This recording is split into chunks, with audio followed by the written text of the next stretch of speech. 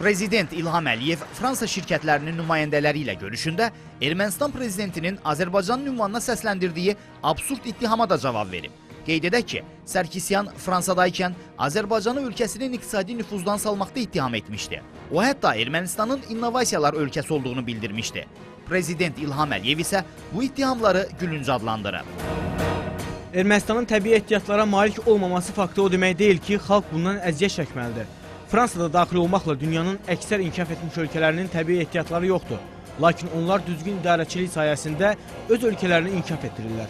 Ona görə də Ermənistan prezidenti fransız şirkətlərinə nağıl danışmaq əvəzinə yaxşı olardı ki, diqqəti əhalisinin yarısından çoxu yoxsulluq həddindən də aşağı yaşayan ölkədəki dəhşətli iqtisadi vəziyyətdə cəmlənsin. Onların rəsmi statistikasına görə hər il Ermənistanı 60 min insan tərk edir. Bizdə olan məlumata görə isə bu rəqəm 100 minə yaxındır. Əgər bu ölkə belə yaxşı və cəlbedici olsaydı, ola bilsin ki, insanlar qalmağı tərk etməkdən üstün tutardılar. Prezident İlham Əliyev Azərbaycanın işğal altında olan torpaqlarında qeyri-qanuni olaraq fəaliyyət göstərən şirkətlərə də xəbərdarlıq edib və bildirib ki, bu şirkətlərin gəlirindən çox itirdikləri olacaq.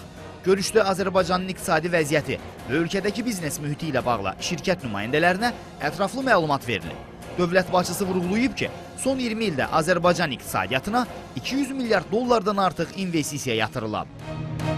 Bu proses davam edir və ümidvarıq ki, bu ildə çox sayda şirkət investisiya yatıracaq. Çox yaxşı haldır ki, indi onlar təkcə neft və qaz sahələrinə deyil, həm də xidmət, turizm, otel biznesinə, kənd təsərrüfatına investisiya yatırırlar. Xarici və yerli şirkətlərin bütün investisiyaları lazımi şəkildə qorunur. Buna görə də bu, Azərbaycana investisiya yatırmaq üçün əlavə stimul və maraq yaradır. Prezident İlham Əliyev həmçinin qeyd edib ki, Azərbaycanın konvertasiya oluna bilən valyuta ehtiyatları xarici borcundan 5 dəfədən də çoxdur. Başqa sözlə, əgər istəsək, biz xarici borcumuzu bir neçə aya ödəyə bilərik və xarici borcumuz sıfır olar deyə dövlət başçısı əlavə edib.